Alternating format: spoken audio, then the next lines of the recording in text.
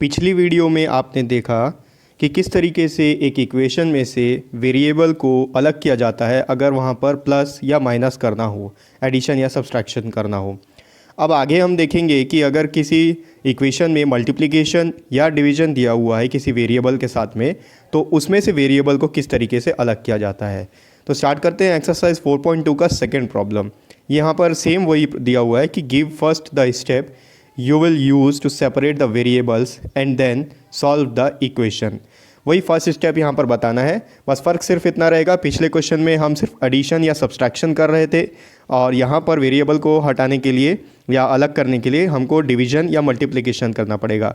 तो किस तरीके से सॉल्व होगा चलिए देखते हैं वाइट बोर्ड में। जिस तरीके से पिछली वीडियो में या पिछले क्वेश्चन में हम एडिशन या सब्सट्रैक्शन करके वेरिएबल्स को अलग कर रहे थे और इक्वेशन को बैलेंस कर रहे थे, उसी तरीके से इस क्वेश्चन में हमको डिवाइड और मल्टीप्लाई करके वेरिएबल को अलग करना है और इक्वेशन को बैलेंस करके वेरिएबल का वैल्यू फाइंड आउट करना है। तो देख लेते हैं इसका जो पहला प्रॉब्लम दिया हुआ है सेकंड का, वो है 3L इज इक्वल टू 42। यहाँ पर अगर आप देखोगे 3L, इसका मतलब ये होता है 3 इंटू एल। यहाँ पर L का 3 से मल्टीप्लीकेशन हो रहा है, इज इक्वल्स टू 42। अब हमारा पहला स्टेप क्या होगा, यहाँ पर वेरिएबल L है, L को अकेला करना है यानी कि 3 को हटाना है।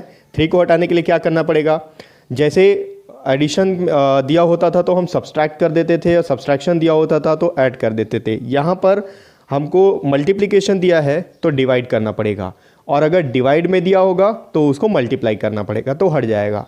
तो यहाँ पर देखते हैं पहला स्टेप होगा हमारा डिवाइडिंग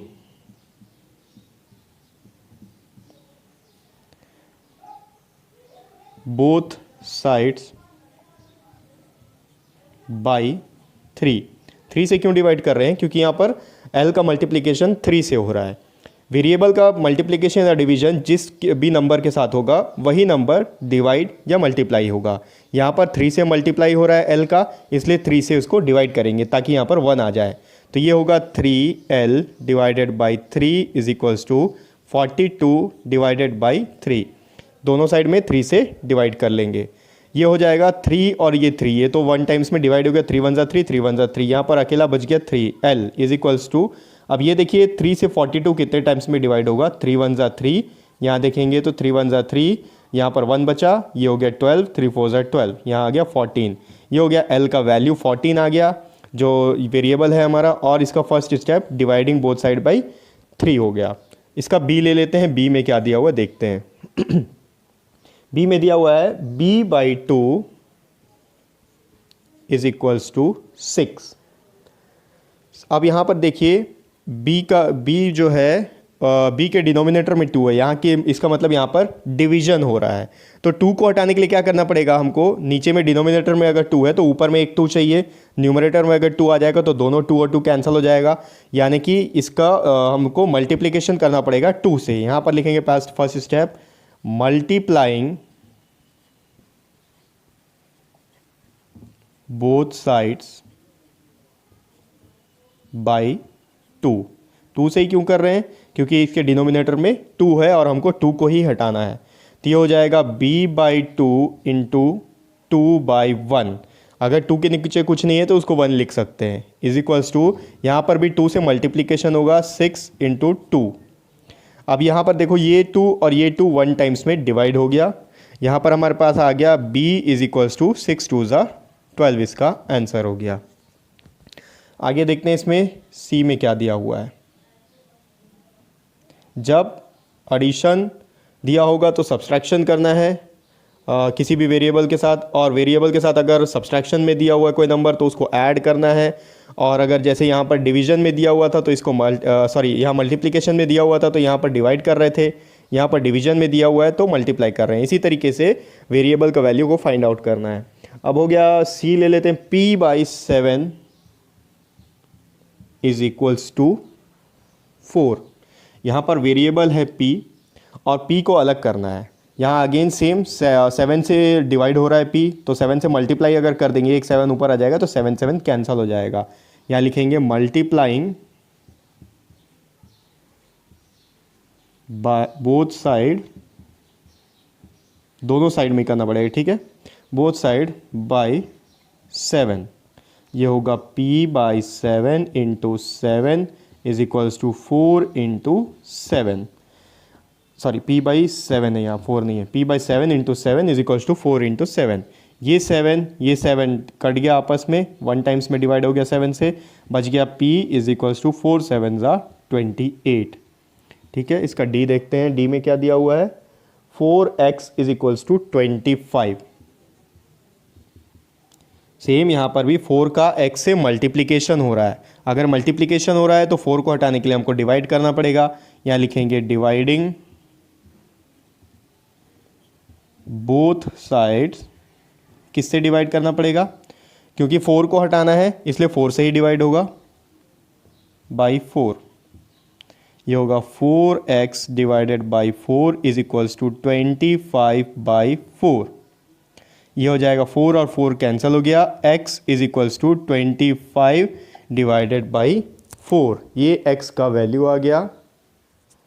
e ले लेते हैं। e में क्या दिया हुआ है, 8y इज इक्वल्स टू 36। यहाँ पर वेरिएबल y है और y जो है 8 के साथ मल्टीप्लाई हो रहा है, तो 8 को यहाँ से हटाने के लिए हमको 8 से डिवाइड करना पड़ेगा। सेम लिखेंगे यहाँ, डिवाइडिंग बोथ साइड्स बाई 8। यहाँ पर आ जाएगा 8y divided by 8 is equals to 36 divided by 8। ये 8 और 8 कैंसिल हो गया, ये 1 टाइम्स में डिवाइड हो गया दोनों। यहाँ बच गया y इज इक्वल्स टू 36 और 8 दोनों ही इवन नंबर है। अगर आप चाहो तो इसको यहाँ से डिवाइड कर सकते हो, 2 से डिविजिबल है, 2 से डिवाइड कर सकते हो, और या फिर फाइनल अगर सिर्फ 36 बाई 8 लिख दोगे तो ये भी आपका आंसर हो सकता है। क्योंकि दोनों 2 से डिविजिबल है, हम ट्राई करते हैं, डिवाइड करेंगे 2 4 ज़ा 8, ये 2 इंटू 18 टाइम्स में आ जाएगा। अगेन दोनों 2 से डिविजिबल है, 2 2 ज़ा 4, ये आ जाएगा 9 टाइम्स में, आंसर आ जाएगा 9 बाई 2। तो y is equals to 9 by 2। ये लिखोगे तो भी सही है, सिर्फ 36 बाई 8 लिख दोगे तो वो भी सही है। इसके बाद देखते हैं f में क्या दिया हुआ है। f में दिया है z by 3 is equals to 5 by 4।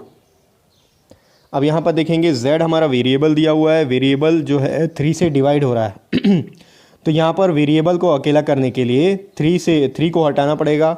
3 अगर डिवीजन में है तो ऊपर में एक 3 चाहिए, तब 3 3 कैंसिल हो जाएगा, यानी कि 3 को मल्टीप्लाई करना पड़ेगा दोनों साइड। यहाँ लिखोगे मल्टीप्लाइंग बोथ साइड्स बाई 3। तो ये होगा z by 3 into 3 is equals to 5 by 4 into 3। ये 3 तो कैंसिल हो गया, यहाँ सिर्फ बच गया z। कैंसिल का मतलब ये होता है कि दोनों 3 से डिवाइड हो रहा है, 3 1 ज़ा 3, 3 1 ज़ा 3। अब z से अगर z बाई 1 है तो इसको z ही लिखेंगे, 1 से कुछ भी डिवाइड होता है तो आंसर उतना ही आता है, मल्टीप्लाई भी होगा तो उतना ही आएगा। तो हो गया z इज इक्वल्स टू, यहाँ न्यूमरेटर का मल्टीप्लिकेशन न्यूमरेटर से और डिनोमिनेटर का मल्टीप्लिकेशन डिनोमिनेटर से। 3 अकेला है, इसका मतलब 3 के नीचे 1 है। तो ये हो गया 5 3 ज़ा 15 डिवाइडेड बाई 4। f के बाद g में क्या दिया हुआ देखते हैं। g दिया है a by 5 is equals to 7 by 15। यहाँ पर a का जो डिवीजन है वो 5 से हो रहा है और a वेरिएबल है, तो उस वेरिएबल को अकेला करने के लिए 5 को हटाना ज़रूरी है। 5 कैसे हटेगा, अगर 5 से यहाँ मल्टीप्लाई कर देंगे तो 5 हट जाएगा, तो ये 5 कैंसिल हो जाएगा। इसलिए यहाँ लिखना पड़ेगा मल्टीप्लाइंग बोथ साइड्स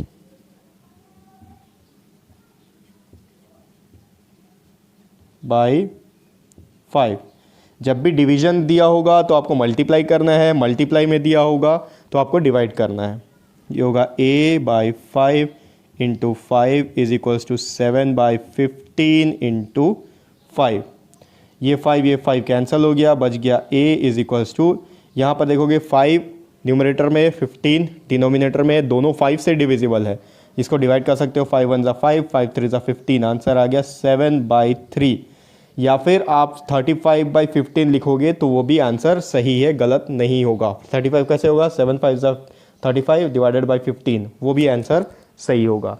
एक बच गया है इसका h दिया हुआ है 2, sorry 20t is equals to 10।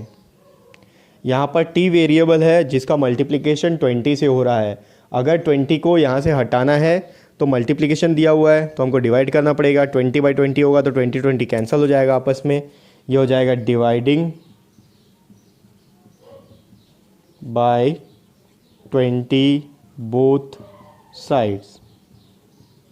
ये होगा 20t/20 इज इक्वल्स टू 10/20। ये 20 तो आपस में वन टाइम में डिवाइड हो गया।